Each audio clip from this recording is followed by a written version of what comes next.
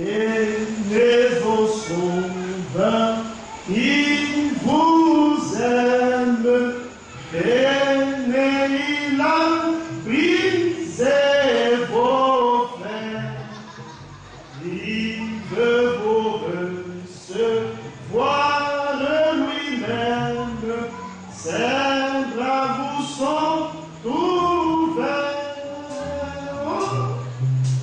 Oh, quel bonjour sauveur fidèle, quand nous appuyons sur son bras, dans la demeure paternelle, nous porterons nos pas. Et les pécheurs, ils vous... Frères et sœurs, je vous salue, dans le précieux nom de Jésus-Christ, notre Seigneur et notre Sauveur. Nous sommes reconnaissants à notre Dieu qui nous donne le souffle de vie et qui conduit donc nos pas dans sa maison. La Bible nous dit qu'une semaine est courte, mais cependant elle trouve peu de personnes. Quand nous sommes comptés du nombre des vivants, nous devrions considérer que c'est une grâce de notre Dieu. Il veille sur nous et il conduit nos pas dans sa maison, afin que là nous puissions lui exprimer toute notre reconnaissance.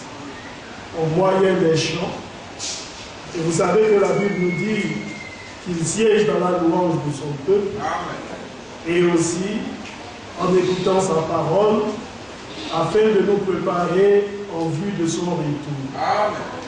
Et nous savons, comme le disent les Écritures, que le retour de notre Seigneur Jésus est proche. Amen.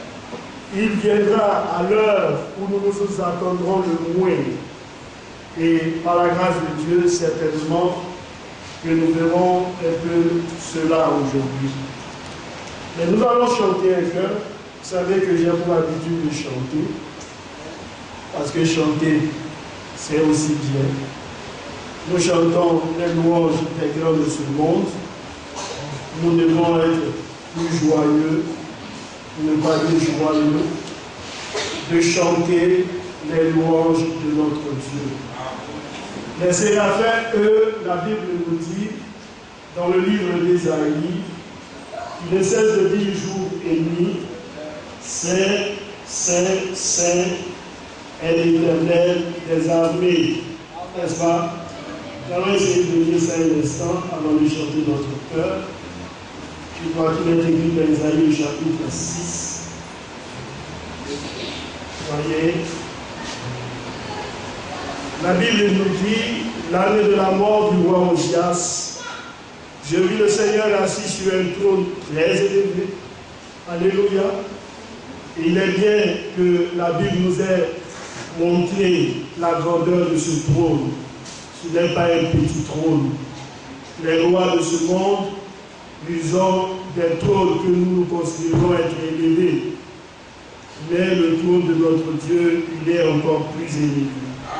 Alors la Bible nous dit très élevé, et les pans de sa robe remplissaient le temple.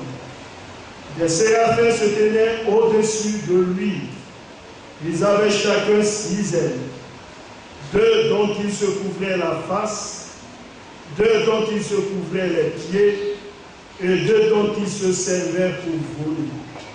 Ils criaient l'un à l'autre et disaient, Saint, Saint, Saint est l'Éternel des armées. Toute la terre est pleine de sa gloire. Alléluia.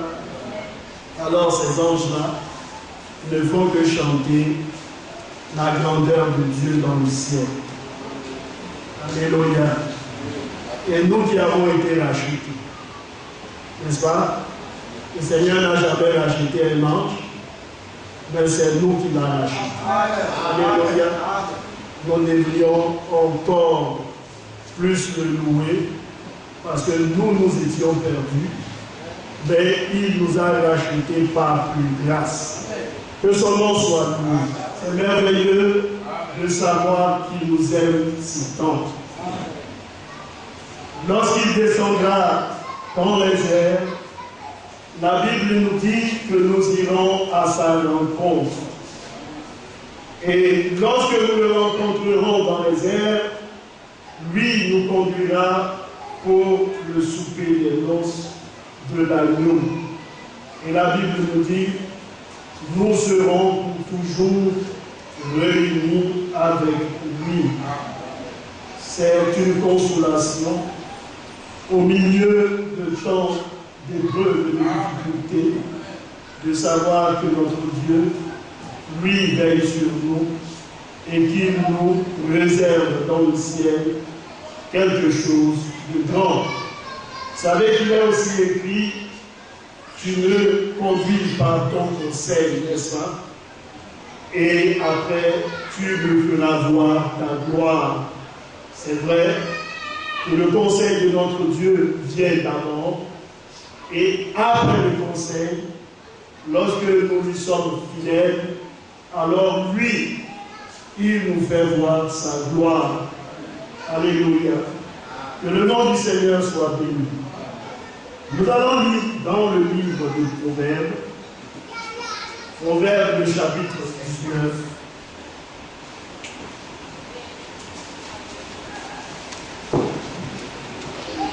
Proverbes 19. Alléluia. Oui.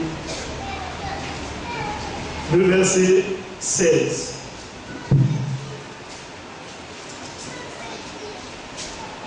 Proverbes chapitre 19, à partir du verset 16. Celui qui garde ce qui est commandé garde son âme. Celui qui le veille par sur sa voie mourra. Amen. Je demande aux frères de prier pour la parole. Notre Père, notre Seigneur et notre Dieu, nous te bénissons. Nous t'exaltons et nous te disons encore merci pour ce soir. De ce que tu as permis que les uns les autres que nous sommes, Seigneur, les moindres que nous sommes au-devant de toi ce soir. Seigneur, nous ne sommes pas meilleurs pour ceux qui ne sont pas venus. Mais en nous, tu nous as fait grâce, afin d'être au-devant de toi pour écouter ta parole. Seigneur, ta parole est la lumière de notre âme, est la nourriture de notre âme, est celle de notre Dieu, Seigneur, qui nous éclaire et qui conduit nos pas, notre Dieu, vers toi. Et ici, je te prie, enfin, notre Dieu, Seigneur, de disposer chacun d'entre nous, et que tout ce qui est esprit, notre Dieu, Seigneur, des distractions, qui pourraient empêcher les uns les autres, de ne point, notre Dieu, Seigneur, écouter cette parole, soit ôté au nom de Jésus-Christ. Dirige de toutes choses, bénis ton serviteur, le canal que tu conduiras. Seigneur, remplis de ta sagesse, la connaissance de ta parole, la révélation de notre Dieu, enfin de nous parler ce soir, au nom de Jésus-Christ, a prié. Amen. Amen. Que donc le précieux nom de Jésus, notre Seigneur, soit glorifié. Nous avons ici ce que Salomon nous a enseigné. Parce que Proverbe vient de Salomon. Alléluia. Dieu lui avait donné assez de sagesse. Et cette sagesse-là, Salomon a bien voulu partager ses réflexions avec nous pour nous donner du bon sens et pour que nous puissions mieux appréhender la parole du Seigneur. Quand nous lisons au livre de Proverbes, le chapitre 1er, Salomon nous dit ceci: Proverbe de Salomon, fils de David, roi d'Israël. Alléluia. Ce sont des paroles avec des images pour illustrer des faits. Alléluia. C'est caché, mais au travers de ce qui est caché, le Seigneur nous instruit. Il dit pour connaître la sagesse et l'instruction. Donc les proverbes qui nous ont été donnés pour que nous puissions connaître la sagesse ainsi que l'instruction. Il dit pour comprendre les paroles de l'intelligence, pour recevoir des leçons de bon sens. Alléluia. Lorsque nous écoutons attentivement nous accueillons un bon sens, c'est-à-dire que nous avons toute notre pensée, nous sommes en d'autres termes sobres, alléluia. Nous ne sommes pas comme des hommes ivres qui, vous voyez, ne savons pas ce que nous faisons. Mais nous avons un bon sens, nous avons les pensées claires. Il dit, pour recevoir des leçons de bon sens, de justice, d'équité et de droiture, pour donner au simple du discernement, alléluia, aux jeunes hommes de la connaissance et de la réflexion, que le sage écoute, et il augmentera son savoir, et celui qui est intelligent acquérera de l'habileté, pour saisir le sens d'un proverbe ou d'une énigme, des paroles des sages et de leurs sentences. Alléluia. Nous voyons ces paroles qui sont dites dans ce livre, quand nous les lisons, quelquefois même, nous disons, mais qu'est-ce que Salomon est en train de dire ici? Ça nous semble, vous voyez, compliqué. Nous avons le désir de sauter cela et puis d'aller à autre chose. Mais la Bible nous dit, lorsque nous le lisons de la bonne manière, nous allons acquérir l'intelligence, la sagesse. Nous aurons une raison saine. Nous aurons le discernement. Alléluia. Il est donc bien de lire ces paroles de l'Écriture et de prier afin que le Seigneur nous aide à marcher comme lui nous veut. Donc, au verset 16 du chapitre 19, il a dit, celui qui garde ce qui est commandé, garde son âme. Dans la version d'Albi, il a dit, celui qui garde le commandement. Alléluia. Garde son âme. Et c'est de là que je veux tirer ma prédication. Alléluia. Gardez le commandement. Alors il faut garder. Il ne faut pas l'écouter ou écouter la parole de Dieu et suivre son chemin.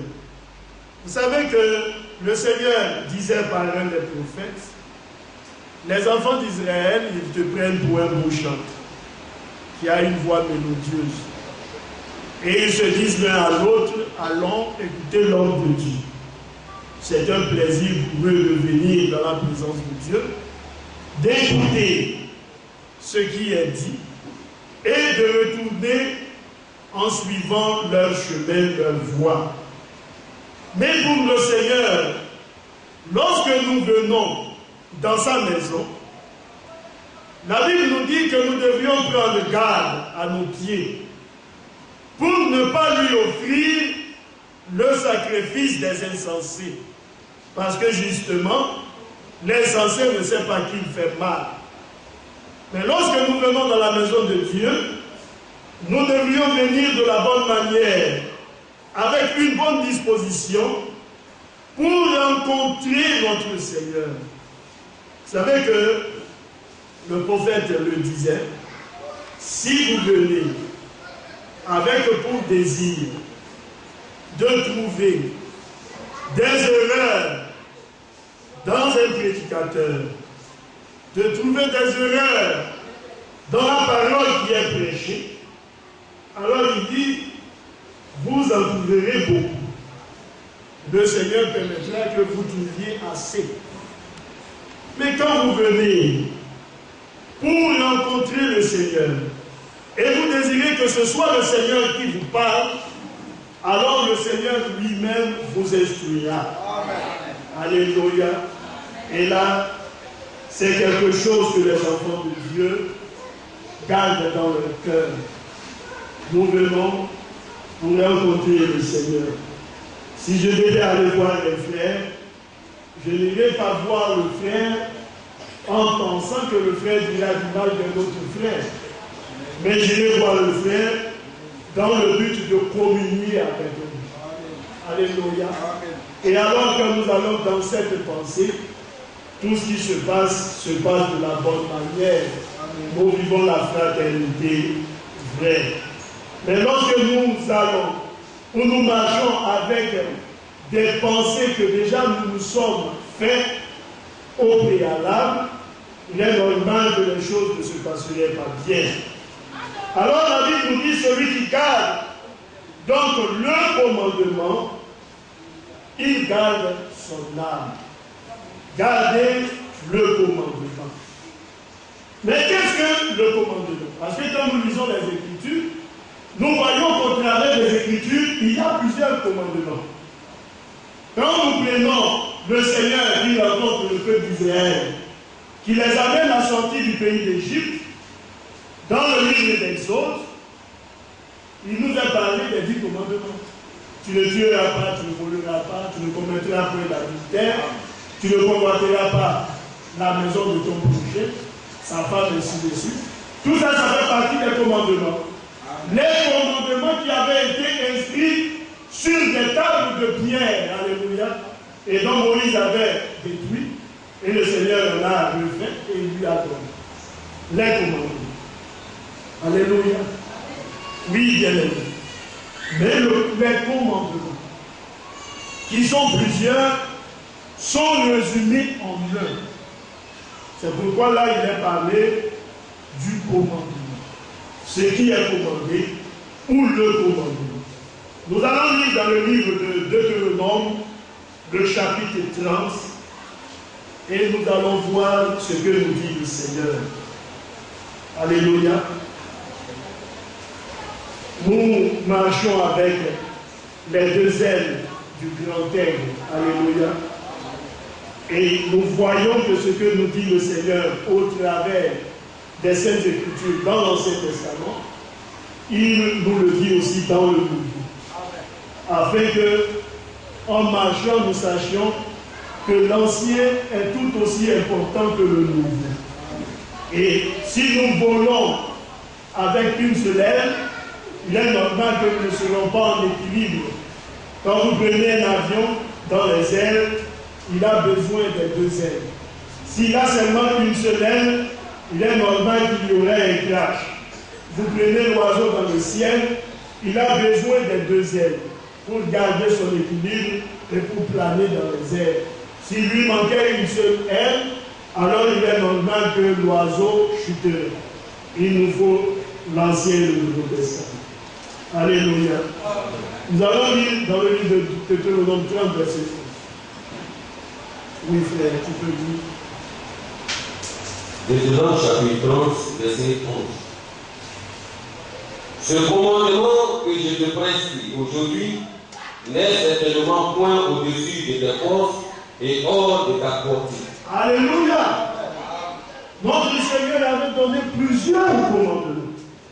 Et lorsqu'il parle au peuple d'Israël, il lui dit: ce commandement que je te prescris aujourd'hui n'est certainement point au-dessus de tes forces et hors de ta portée.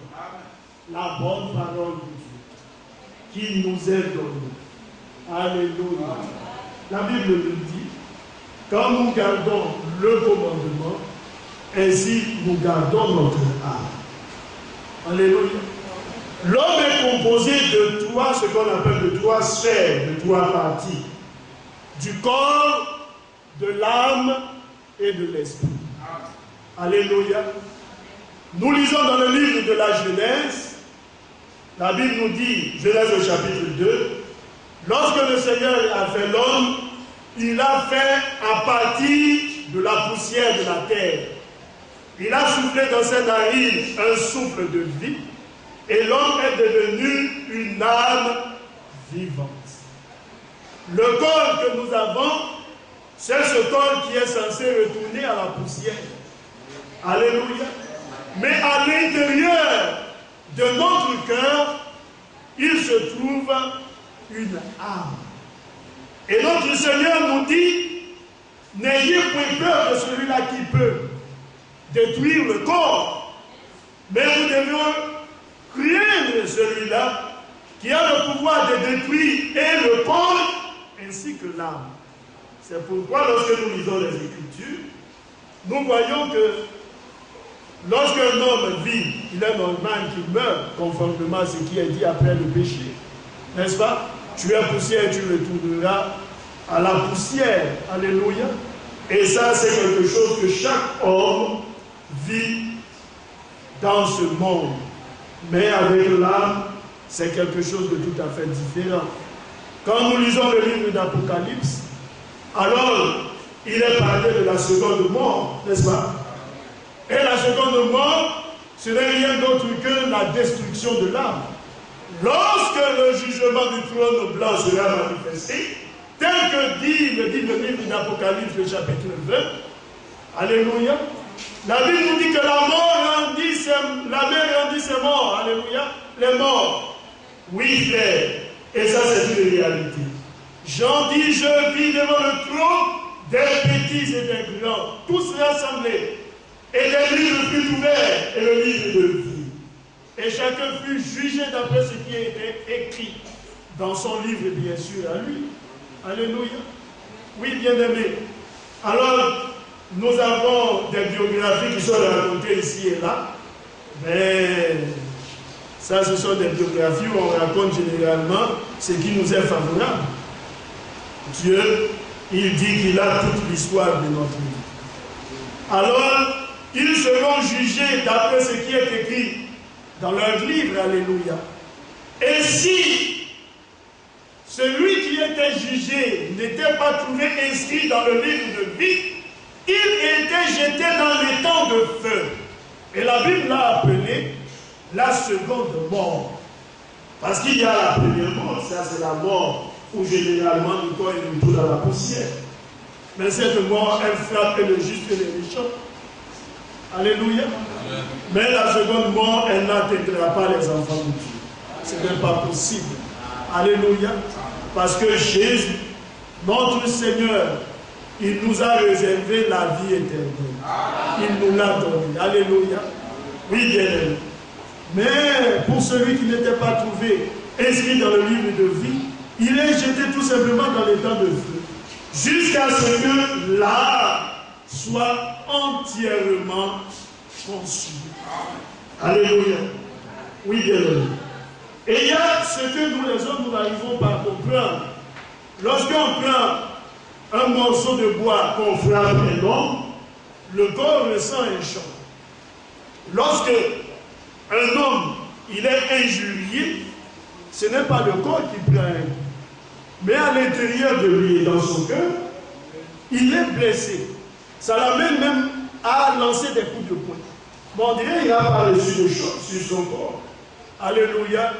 Mais à l'intérieur de lui, il y a quelque chose qui a été touché. Alléluia. Aussi vrai que la parole de Dieu, lorsqu'elle est prêchée, elle touche l'âme. Alléluia. Oh oui, frère. Au jour de la Pentecôte, la Bible nous dit c'est ce qui s'est passé. Lorsqu'ils ont écouté la parole de Dieu, la Bible nous dit qu'ils ont eu le cœur vivement touché. Comment est-ce que nous expliquons? Ce n'est pas le corps qui a réagi, mais c'est l'âme. Alléluia, qui a réagi. Parce qu'elle s'est sentie appelée, interpellée. Alors, l'âme a répondu. Alléluia. Oui, bien-aimé. Et le Seigneur, notre Dieu, il nous invite à garder le commandement. Alléluia. Deutéronome nous dit que ce commandement, qui résume toute la parole de Dieu, que je te prescris aujourd'hui, n'est certainement point au-dessus de tes forces et hors de ta portée. Alléluia. Notre Seigneur, notre Dieu, il ne nous donne pas des bagages qui nous sont difficiles à porter. N'est-ce pas? Il dit, venez à moi, vous tous qui êtes chargés, fatigués, et je vous donnerai du repos. N'est-ce pas? Il ne s'arrête pas là. Mais il dit, prenez mon joug sur vous et recevez mes instructions. Car mon joug est doux et mon fardeau est léger. Alors il dit, et vous trouverez le repos pour vos âmes. Alléluia. Alors la Bible nous dit le commandement qui nous prescrit aujourd'hui, la Bible dit, ce n'est certainement point au-dessus de tes forces et hors de ta portée. Ce n'est pas possible. Alléluia. Oui, bien aimé. Vous comprenez pourquoi, quand le Seigneur s'adresse à nous, il nous dit que nous n'aurons pas d'excuses. Alléluia. Nous n'aurons pas d'excuses. Ça, c'est ce qui est écrit dans le livre de Romains, le chapitre 1. Ils n'ont point d'excuses. Alléluia. On peut trouver des excuses pour tout. Mais lorsque le Seigneur nous regarde, il dit, vous n'avez pas d'excuses. Alléluia. C'est vrai. Même notre conscience à nous, elle constitue un juge dans notre cœur. Alléluia. C'est vrai, frère. Nous le disons. Vous n'avez pas besoin qu'on vienne vous prêcher que vous ne devriez pas commettre l'adultère. Votre conscience en tant qu'être humain vous dit que aller vers la femme d'un autre est mal. Alléluia. Remarquez que ce qui est acte répréhensible se fait toujours en cachette. Alléluia. Quand une chose elle est bien et elle est normale, on la fait généralement sans que quelqu'un ne puisse nous surprendre. Alléluia. Mais quand une chose généralement est mauvaise, elle se fait toujours dans le secret. Regardez un homme qui veut tromper ou qui vit une vie d'adultère. Une vie d'adultère. Alléluia. Il ne devra jamais, devant les hommes, apprendre la femme de son prochain à se promener ainsi. N'est-ce pas? Comme le diable, il est l'être le plus rusé. C'est ce que la Bible nous dit. Le serpent était l'animal le plus rusé des animaux des champs que l'Éternel Dieu avait fait. Et il dit, Dieu a dit, il a dit. C'est pas ça? Alléluia. Et le diable, c'est le malin. C'est le rusé. Il sait où passer pour atteindre son objectif. Alléluia. Et généralement, quand un homme a ses desseins mauvais, soit comme aujourd'hui nous sommes à l'ère de la technologie, à l'aide de son téléphone, il appelle l'autre, l'autre répond du coup du fil, on se donne rendez-vous dans un endroit. Alors quand on arrive dans l'endroit, le premier qui vient, c'est lui qui s'en va réserver une chambre. Et puis, les deux se retrouvent. Quand on sort de là, on se sépare. N'est-ce pas? Alléluia. Ça, c'est comme ça que le monde le fait, dans le but de ne pas être surpris. Alléluia. Mais la Bible nous dit que rien n'est caché aux yeux du Seigneur. Alléluia. Lui, il le sait. Quand on le fait, on crée le regard de l'homme et on crée même le courroux de celui qui est offensé. Mais notre Seigneur nous dit, moi je vois toutes ces choses. N'est-ce pas? David dit dans les psaumes, tu me sondes et tu me connais. N'est-ce pas? Tu sais quand je m'assois, quand je me lève. Quand je dis que j'irai aux extrémités de la terre, tu y es.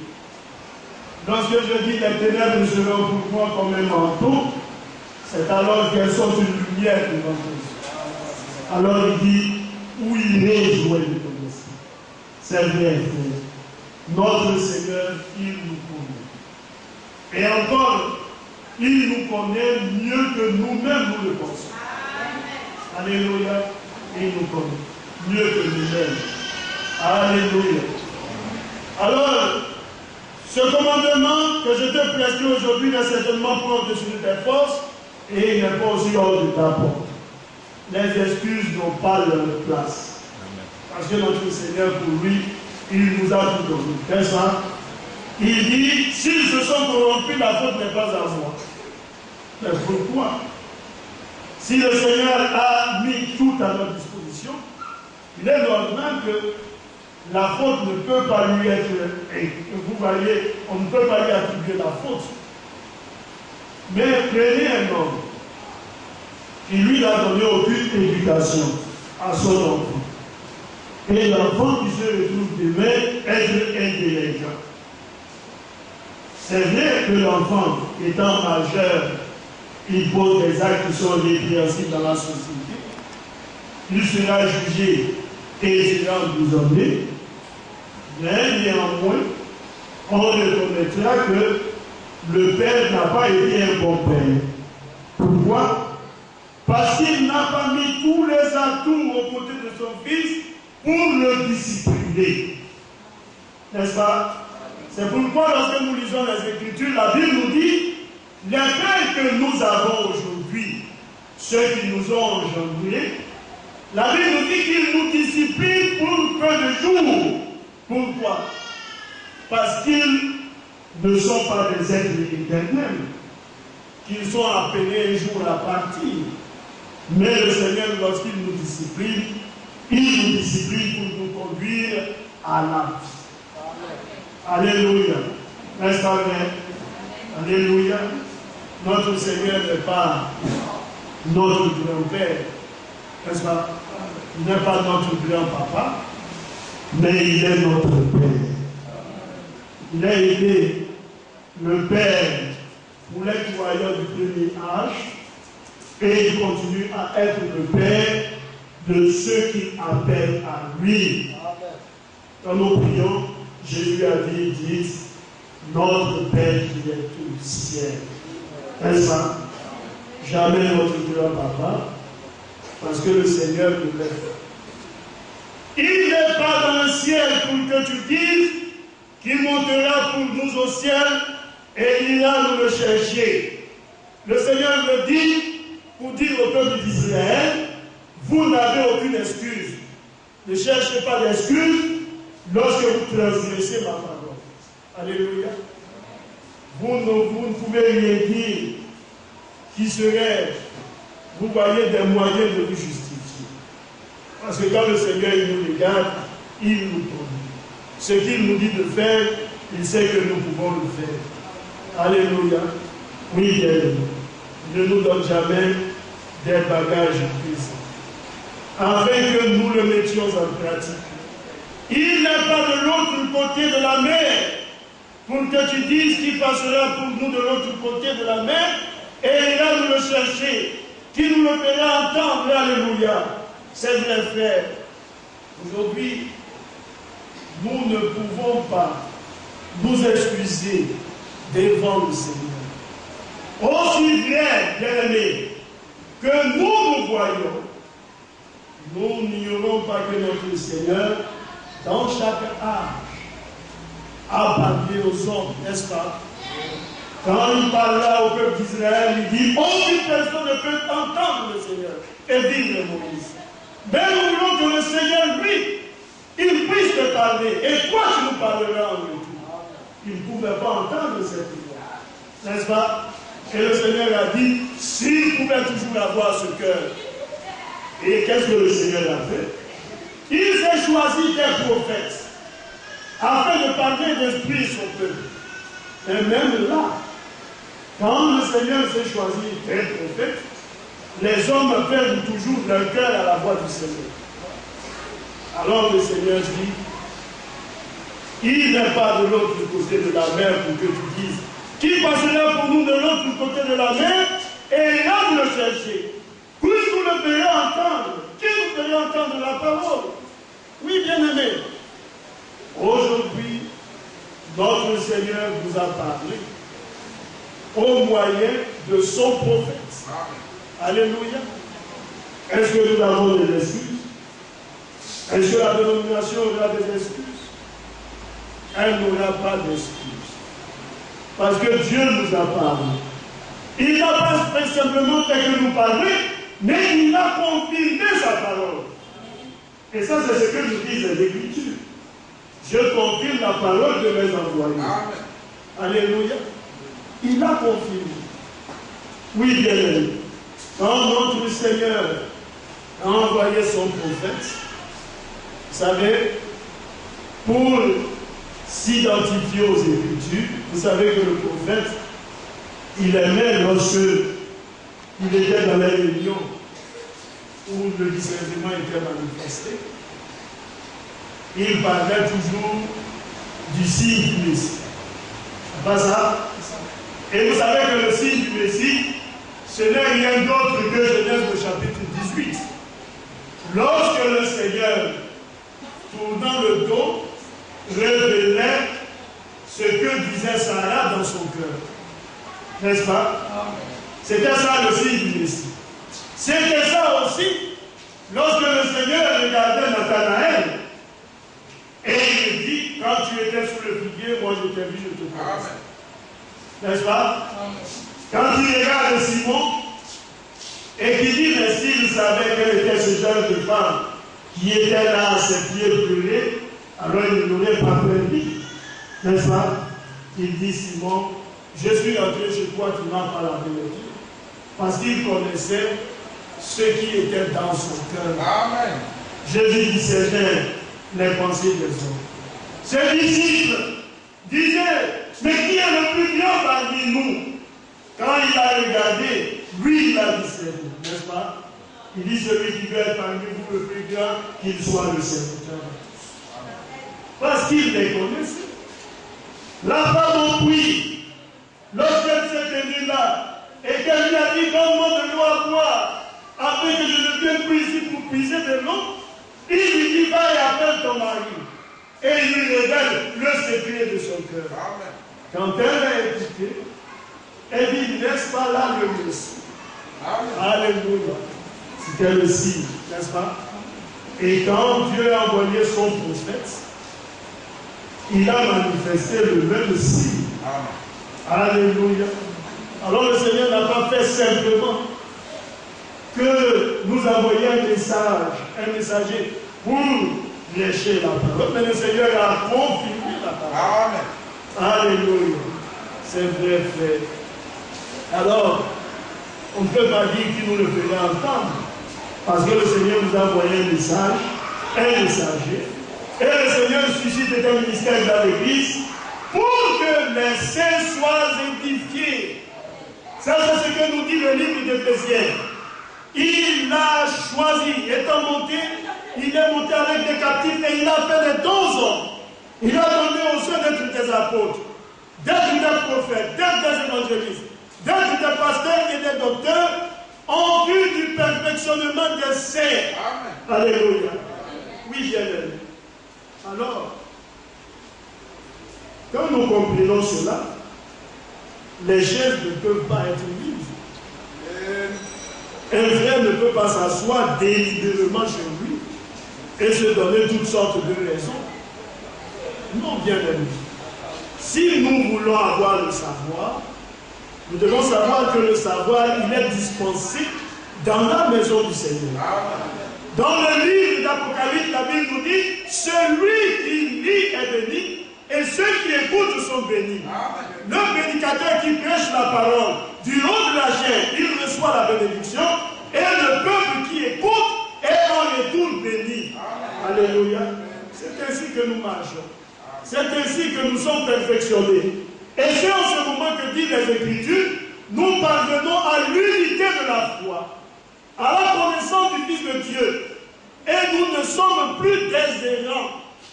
Ça, c'est ce que dit le livre d'Éphésiens, le chapitre 4. Ainsi, nous ne serons plus des enfants errants, flottant et emportés à tout vent de doctrine, dans les moyens de séduction des hommes. Non, bien. Mais nous allons croître dans l'amour. Ça, c'est ce que la Bible nous enseigne. Alléluia. Amen. Alors, il dit qu'il nous le ferait entendre afin que nous le mettions en pratique. Bien aimé, il n'y a pas d'excuse. C'est une chose au contraire qui est tout près de toi, dans ta bouche et dans ton cœur, afin que tu la mettes en pratique. Alléluia. Vois, je mets aujourd'hui devant toi la vie et la mort, la vie et le bien, la mort et le mal. Car je te prescris aujourd'hui, derrière l'Éternel ton Dieu, de marcher dans ses voies et d'observer ses commandements, ses lois et ses ordonnances, afin que tu vives et que tu multiplies, et que l'Éternel, ton Dieu, te bénisse dans le pays dont tu vas entrer en possession. Amen. Alléluia. Il faut garder le commandement.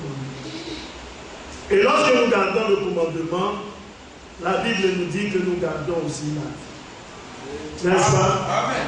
Alléluia. Amen. Oui, bien-aimé. En d'autres termes, celui qui ne garde pas le commandement, alors, comment est-ce que son âme va se porter? Mal. Vous ne gardez pas le commandement, vous ne gardez pas votre âme. C'est-à-dire que vous laissez l'âme à la merci du diable. Mais lorsque vous gardez le commandement, c'est dans ce moment que l'âme aussi, elle est préservée. N'est-ce pas? Alors, le commandement est lié avec la vie de l'âme. Nous allons lire dans le livre de Jean, 1 Jean le chapitre 2, et nous allons voir que le même commandement, ce commandement dont il est dit ici, Jean nous fait savoir qu'il y a plusieurs commandements. Il va du pluriel pour arriver au singulier, mais indiquer que la parole de Dieu n'est rien d'autre que le commandement de notre Seigneur. On va lire dans le livre de 1 Jean, le chapitre 1er. 1 Jean 2, n'est-ce pas? La Bible dit au verset 3, nous allons aller au verset 3. 1 Jean 2, verset 3. Vous pouvez lire déjà dans le verset 1er, et nous allons lire le verset 3. 1 Jean chapitre 2, verset 3. Si nous gardons ces commandements, nous savons par cela que nous l'avons connu. Celui qui dit, je l'ai connu, et qui ne garde pas ses commandements, est un menteur, et la vérité n'est point en lui. Amen. Amen. Si nous gardons ces commandements, c'est au pluriel, n'est-ce pas? Nous savons par cela que nous l'avons connu. Connaître Dieu, c'est garder ses commandements. Si nous disons, je l'ai connu, et que nous ne gardions pas ses commandements, nous sommes des menteurs, n'est-ce pas? Et la vérité n'est point en nous. Alléluia. Vous savez, aujourd'hui, j'étais au salon avec ma Bible, une feuille, et j'étais en train d'écrire, de relever des versets. Et il y a mon neveu, là aujourd'hui je crois 4 ans, il me demandait, mais qu'est-ce que tu fais? Et j'étais en train d'écrire, j'ai dit non, je suis en train d'écrire, il me posait beaucoup de questions. Vous savez que les enfants me posaient beaucoup de questions. Et puis il me disait, est-ce que tu connais le petit Jésus? Alors, je lui ai demandé, mais petit Jésus, c'est qui? Et il me dit,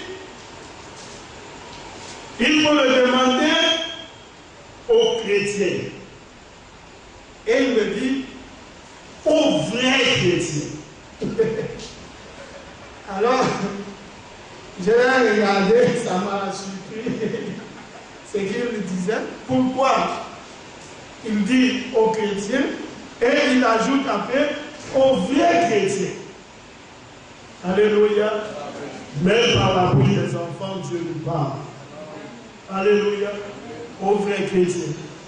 Parce qu'il y en a réellement qui portent l'appellation de chrétien, mais qui ne le sont pas. Alléluia. Oui, bien aimé. Alors il dit, celui qui dit je l'ai connu et qui ne garde pas ses commandements est un menteur. Et la vérité n'est point en lui. Mais l'amour de Dieu est véritablement parfait. Alléluia. Un amour parfait. Pas simplement un amour. N'est-ce pas? Amen. Nous devons aimer le Seigneur, notre Dieu, de tout notre cœur, de toute notre pensée, de toute notre force et le servir lui seul. Mais cet amour-là, nous disent les Écritures, doit être rendu parfait. C'est ce qui est écrit, frère. N'est-ce pas? Mais l'amour de Dieu est véritablement parfait en celui qui garde sa parole. Par cela, nous savons que nous sommes en lui. Alléluia. Lorsque nous gardons ces commandements, l'amour de Dieu est parfait en nous et nous sommes convaincus que nous sommes, il ne dit même pas de lui, mais il dit nous sommes en lui, c'est-à-dire à l'intérieur d'eux. Alléluia. Celui qui dit qu'il demeure en lui doit marcher aussi comme il a marché lui-même. Si nous disons que nous demeurons dans le Seigneur, nous devons marcher comme lui il a marché. Et la Bible nous dit, comme il a marché lui-même. Alléluia. Oui, bien aimé. Quelquefois, pour justifier nos travers, on dit, mais est-ce que David n'a pas commis adultère? Dieu dit, il était un homme selon mon cœur, mais il a commis adultère pour justifier nos faiblesses. N'est-ce pas? Mais ça n'a pas d'argument. C'est pourquoi le Seigneur nous dit, comme il a marché lui-même. Ce n'est pas comme il a marché dans un prophète, mais comme il a marché lui-même. Parce que vous pouvez trouver des erreurs dans un prophète, n'est-ce pas? Vous pouvez trouver des faits qui ne sont pas justes. Abraham, Dieu lui a fait la promesse qu'il est allé prendre Agar parce que Sarah le lui a donné. Ce n'était pas la volonté parfaite de Dieu. Alléluia. Oui, bien aimé. Alors on peut dire, est-ce qu'Abraham n'a pas fait ça? N'est-ce pas? Salomon, il a pris diverses femmes et la Bible nous dit que ces diverses femmes-là l'ont conduit à l'idolâtrie. Est-ce que Salomon ne l'a pas fait? Donc on dit, reste dans le Seigneur pour chercher une femme. Il dit, mais Salomon il l'a fait, mais cependant il était approuvé de Dieu. Dieu l'a aimé. Bien aimé, tu l'as dit David, tu l'as dit Salomon, tu l'as pas aussi Abraham. Donc il faut regarder aux Écritures pour marcher comme Dieu a fait. Alléluia. C'est pourquoi la Bible nous dit comme lui-même il a marché. C'est pas ça? Bien aimé, ce n'est pas un commandement. Or, au début, il dit, c'est un commandement. Et maintenant, il dit, ce n'est pas un commandement nouveau que je vous ai écrit, mais un commandement ancien que vous avez eu dès le commencement. Ce commandement ancien, c'est quoi, frère? C'est la parole que vous avez en vous. Alléluia. Nous devons garder le commandement. Et la Bible nous dit, lorsque nous gardons le commandement, c'est en ce moment que nous gardons notre âme. Alléluia. Ça, c'est le sens de la responsabilité. Je garde le commandement de Dieu, je garde mon âme. Je ne garde pas le commandement de Dieu, je ne garde pas mon âme. Notre âme est donc à la merci de l'ennemi. Et vous savez que lorsque l'âme n'est pas mise en contact avec le Seigneur, l'âme finit par mourir, n'est-ce pas? Celle qui vit dans le péché, comme nous lisons le livre de Timothée, la Bible dit, celle qui vit dans le péché est morte de quoi que vivante. Parce qu'il n'y a que la parole de Dieu qui donne la vie à notre âme. N'est-ce pas? L'âme qui pêche, c'est elle qui mourra. Le livre de Jacques nous dit, recevez avec douceur la parole de Dieu, plantée dans vos cœurs, qui a la puissance pour sauver vos âmes. N'est-ce pas? Et quand nous lisons le livre de Psaume, le chapitre 23, il dit, l'Éternel est mon berger, je ne manquerai de rien. Il me conduit dans de verts pâturages et il restaure mon âme. Comment Dieu restaure notre âme? Aussi bien que nous avons besoin de la nourriture physique pour que notre corps soit fort. Lorsque l'homme ne mange pas, il est normal que le corps ne pourra pas lutter convenablement contre les maladies. N'est-ce pas? Quand vous allez voir le docteur, il dit vous mangez de ceci, vous mangez de cela, et puis il vous dit vous devez manger ceci, cela. Il faut manger des légumes parce que les légumes là contiennent différentes vitamines. N'est-ce pas?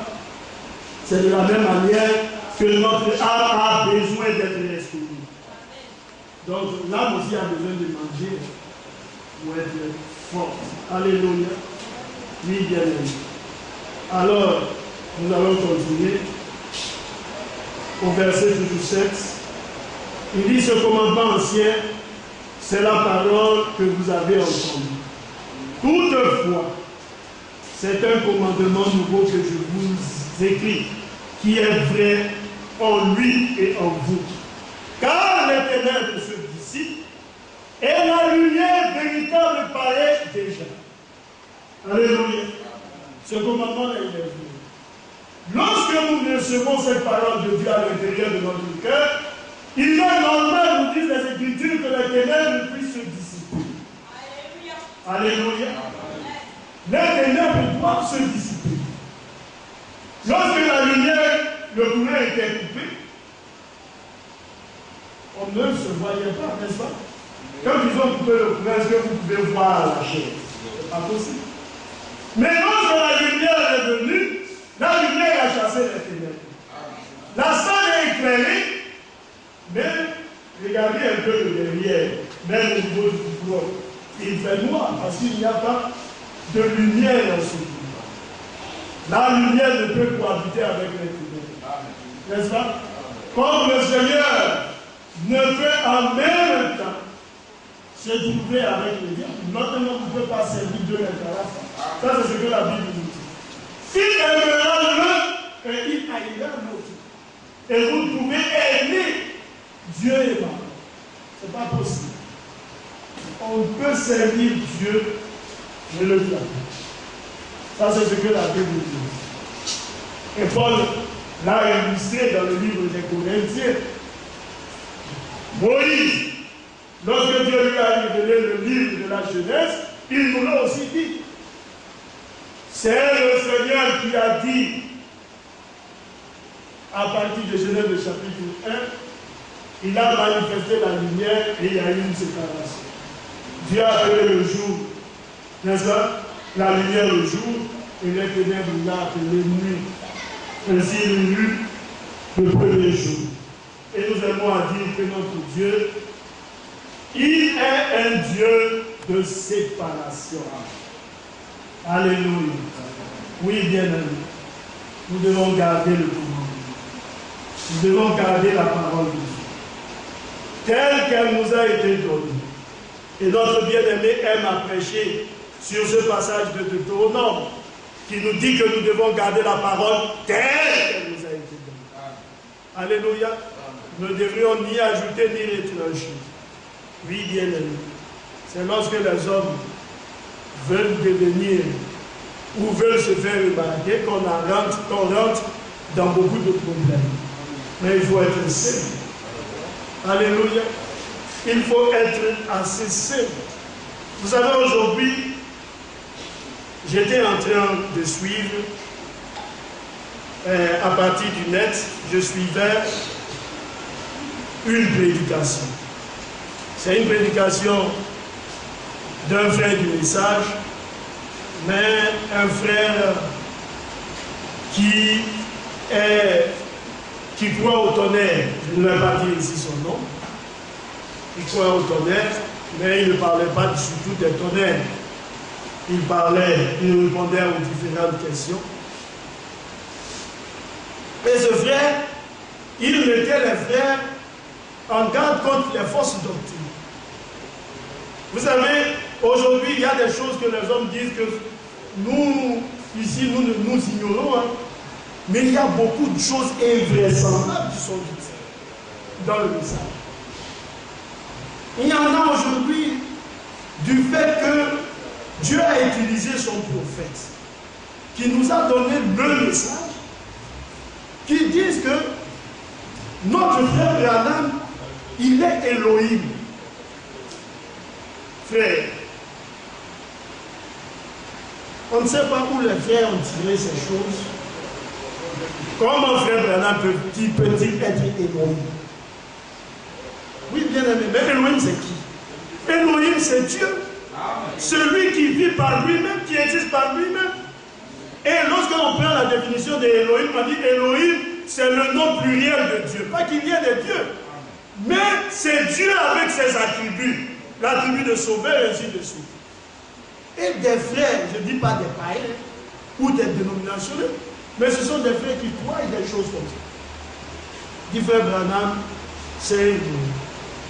On dit non, le frère Branham, est-ce qu'il avait la plénitude, parce que d'autres croient comme ça, il avait la plénitude de la divinité en lui et entre les frères bien-aimés. Ce n'est pas possible. Nous reconnaissons dans le prophète un homme envoyé par le Seigneur. Ça s'arrête là avec des dons que le Seigneur a donnés. Et le frère a dit tout simplement quelque chose. Il dit, lui, il aime les choses directes. Il dit, la Bible nous dit au commencement, Dieu a créé les cieux et la terre. Dans d'autres versions, il dit donc Elohim a créé. Et il pose la question au frère.